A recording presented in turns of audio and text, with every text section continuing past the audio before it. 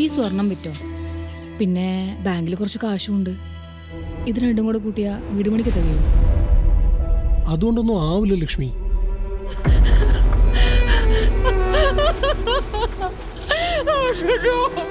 അധികകാലത്തേക്ക് എന്നും ഞാൻ പോവില്ല, സത്യം.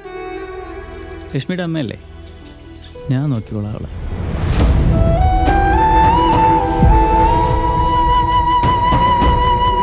അവള് വീണ്ടും ഒറ്റയ്ക്കായില്ലേ?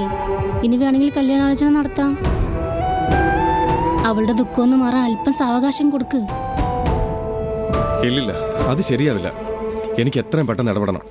ഇല്ലെങ്കിൽ മറ്റാരെങ്കിലും എനിക്ക് മുന്നേ ഇടപെട്ടാലോ?